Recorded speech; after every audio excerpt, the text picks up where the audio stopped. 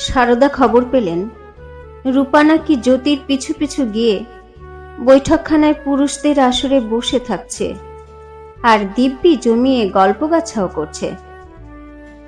তার কাণ্ড দেখে বর্ণ একদিন এসে বললেন, মা, আর তো পারা যাচ্ছে না তোমার খুশিকে নিয়ে। তার জন্য যে আমাদের বাড়ির মেয়েদের সম্মান ধুলোয় লুটোচ্ছে। কেন, আবার কি করলো সে? সারদার হয়েছে জ্বালা। না পারেন গিলতে, না পারেন ফেলতে মেয়েটাকে। অবাধ্য, বেয়াড়া, কিন্তু মনটা স্বচ্ছ সরোবরের মতো। ও যা করে সেটা কেন বারণ তাই সে বোঝে না। তুমি যেন কিছু জানো না? বর্ণ রাগ করে। তুমিও কি যেমন মাথায় তুলেছ, আমাদের তো কখনো তেমন স্বাধীনতা দাওনি। ওর বয়স তো অনেক হলো মা। সারদার মাঝে মাঝে বিষণ্ণ লাগে। এ কি তাঁরই ব্যর্থতা? আবার মনে হয়, তা কেন, এতগুলো হীরের টুকরো ছেলে মেয়ে তার, রূপা যে রক্তের সম্পর্কের না, তাই বোধহয় শোধরাতে পারলেন না। তিনি বললেন, কেন রে, সাহিত্যের আসরে তো স্বর্ণও যায়, মেজ বৌমাও যায়, রূপা গেলেই বা দোষ কি? এবার সৌদামিনী মাকে বোঝাতে নামলেন। মা, স্বর্ণ বা মেজ বৌঠানের সঙ্গে কি ওর তুলনা হয়? রূপা সাহিত্যের কি বোঝে? তাছাড়া ও তো সাহিত্যের টানে যায় না। ওর আকর্ষণ যুবক ছেলেরা। রূপা তাদের সকলের সঙ্গে কিরকম ইয়ার দোস্তের মতো মেশে তা তুমি কল্পনাও করতে পারবে না। আমি পর্দার আড়াল থেকে দেখেছি। হ্যারি নামে একটি সাহেবের সঙ্গে সারাক্ষণ ফুসফুস করছে, হেসে গড়িয়ে পড়ছে।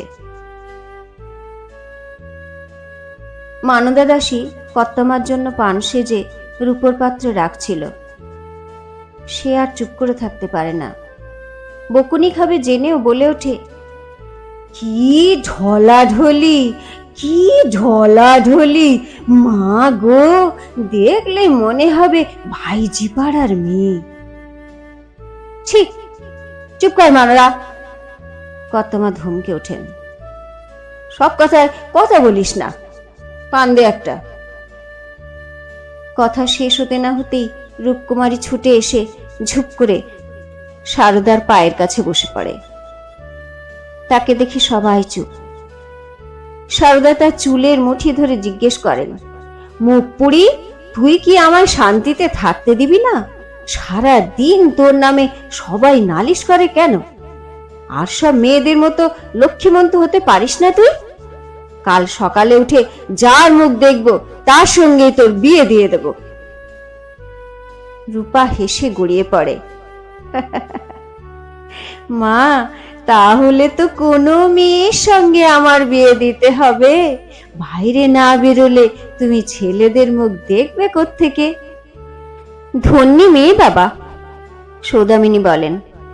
আমরা তোকে নিয়ে জেরবার হয়ে যাচ্ছি, আর মেয়ের কোনো হুঁশ নেই। না, হাসির কথা নয়। এবার সত্যিই রূপার বর খুঁজতে হবে।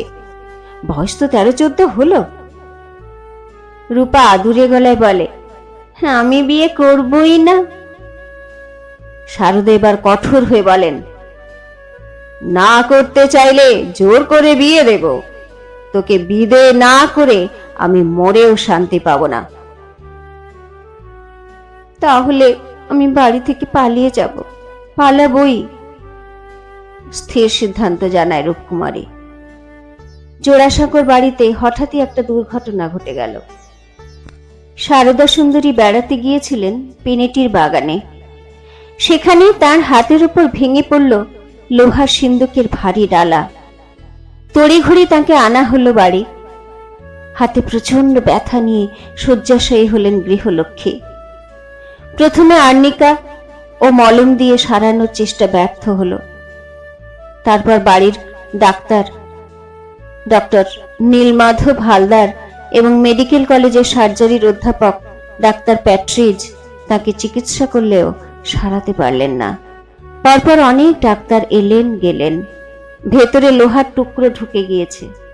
একবার অস্ত্রোপচার করে লোহা বার করার পরেও ব্যথা কমল না। ঠিক এ সময়েই দেবেন ঠাকুর বাড়িতে অনুপস্থিত। রবিকে সঙ্গে নিয়ে তিনি বেড়াতে গেছেন ডালহাউসি পাহাড়ে। 2 মাসের মধ্যেও সারদার রোগ না সারায় তাকে টেলিগ্রাম করা হয়েছে। সংবাদ পেয়ে চিঠিতে টেলিগ্রামে পরামর্শ দিতে লাগলেন উদ্বিগ্ন মহর্ষি। শেষে মেডিকেল কলেজের 5 জন বিশিষ্ট সাহেব ডাক্তারের বোর্ড বসল সারদা দেবীর রোগ সারাতে। তাদের প্রত্যেকের ভিজিট 32 টাকা। তাদের পরামর্শ অনুসারে ক্ষতস্থানের মাংস কেটে বাদ দিয়ে ট্রান্সপ্লান্ট করতে হবে। এরকম চিকিৎসার কথা আগে বিশেষ শোনা যায়নি। সাহেবদের মাথা থেকেই এসব উদ্ভট চিকিৎসা বেরিয়েছে। কিন্তু কথা হলো, কার দেহ থেকে মাংস কেটে সারদার অঙ্গে লাগানো হবে? একমাত্র পরিবারের রক্ত সম্পর্কের কেউ যদি এগিয়ে আসেন তবেই সারদা রাজি হবেন, নয়তো বিনা চিকিৎসায় থাকবেন, তাও ভালো। বাবা মশাই বাড়ি নেই। দ্রুত সিদ্ধান্ত নিয়ে এগিয়ে এলেন সেজ ছেলে হেমেন। সন্তানের অঙ্গ থেকে নতুন মাস মজ্জা লাগলো গর্ভধারিণীর দেহে। তবুও ব্যথা কমে না। সারদা অধীর হয়ে ওঠেন। অসুখও সারে না, কর্তামশাইও ফেরেন না।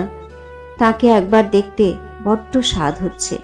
কি জানি আবার দেখা হবে কিনা। তার অনুরোধে বাবা মশাইকে ফিরে আসার জন্য চিঠি পাঠান হেমেন।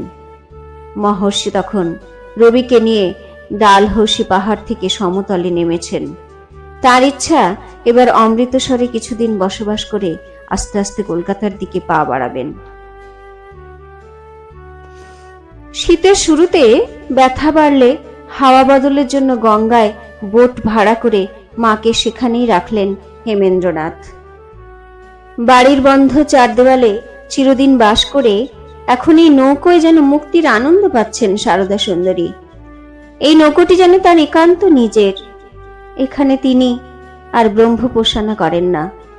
নৌকো ঘরের এক কোণে লক্ষ্মী জনার্দনের নাম করে 2টি ঘট স্থাপন করেছেন। মানবদাসীকে বলা আছে টাটকা ফুল বেলপাতা এনে দিতে। তিনি স্নান করে গঙ্গা জল সহ ওই নৈবেদ্য ঘটে নিবেদন করেন রোজ। একদিন হেমেন এসে খবর দিলেন, মা, বাবা মশাই ফিরে আসছেন শিগগিরই, টেলিগ্রাম করেছেন। স্বস্তির শ্বাস ফেলে মাথায় হাত ঠেকান সারদা। গৃহদেবতা তাঁর কথা শুনেছেন। কর্তার সঙ্গে দেখা না হলে যে তার মরেও শান্তি নেই। বাড়ির ডাক্তার দ্বারিকানাথ গুপ্ত রোজ বোটে এসে তাকে পরীক্ষা করেন। মেয়ে বৌমারা রোজ দেখা করতে আসেন। কেউ কেউ সঙ্গে থেকেও যান। সবাইকে দেখে আনন্দ পান। শুধু প্রফুল্লময়ী এলেই সারদার বড় কষ্ট হয় তার মুখের দিকে তাকিয়ে। ওর জন্য কিছু করে যেতে পারলেন না তিনি। কচি বয়সে ছেলে নিয়ে বিধবা হয়েছে। সারা জীবন নিরানন্দে কাটাতে হবে মেয়েটাকে। বীরেনের মৃত্যু শোক তিনিই কাটিয়ে উঠতে পারেননি, তো বেচারার কি অবস্থা। মাসখানেকের মধ্যেই দেবেন ঠাকুর জোড়াসাঁকো ফিরে এলেন। পথে কিছুদিন অবশ্য রবিকে নিয়ে শান্তিনিকেতনে কাটিয়ে এসেছেন তিনি। যাওয়া আসার পথে এভাবেই তিনি প্রকৃতি উপভোগের সঙ্গে সঙ্গে জমিদারি পরিদর্শন করে নেন। মহর্ষি ফিরে এলে সারদা বোট থেকে ঘরে ফিরলেন। তেতলার ঘরে এতদিন পরে স্বামীকে দেখে চোখ দিয়ে জল গড়িয়ে পড়ে। দেবেন্দ্রনাথ তার মাথায় হাত রাখেন। এই তো আমি এসেছি, ভয় কি সারদা, এখন তোমার কাছেই থাকব। কর্তার হাত জড়িয়ে ধরে সুখের কান্না কাঁদতে থাকেন সারদা। এবার না এলে আর আপনার দেখা পেতাম না, আর বোধহয় বাঁচব না আমি। দেবেন সান্ত্বনা দিলেন, কে বলেছে বাঁচবে না? তোমার এখনো 50 হয়নি গিন্নি, এখন কোথায় যাবে? আমি নিজে দাঁড়িয়ে চিকিৎসা করাবো, দেখি অসুখ সারে কিনা। সত্যি যেন প্রাণে নতুন জোয়ার এলো সারদার। আগের তুলনায় তিনি এখন অনেক সুস্থ। ব্যথা আছে কিন্তু তার সহ্য করার শক্তি যেন অনেক বেড়েছে। মাঝে মাঝে সকালের রান্নার জোগাড়ের সময় বা বিকেলে চুল বাঁধার আসরেও বসতে শুরু করলেন। হিমালয় থেকে ফিরে রবি যেন অনেক বড় হয়ে গেছেন। বড়রা তাকে সম্মান দিচ্ছেন, মা তাকে ডেকে ডেকে হিমালয়ের গল্প শুনতে চাইছেন প্রায় দিনই। অন্তঃপুরের বন্ধ দরজা খুলে গেছে কি এক আশ্চর্য ফুসমন্তরে। সবাই তার কাছে বেড়ানোর গল্প শুনতে চায়, বিশেষ করে নতুন বৌঠান। রবি যেন একটি ভ্রমণ কাহিনীর খোলা পাতা।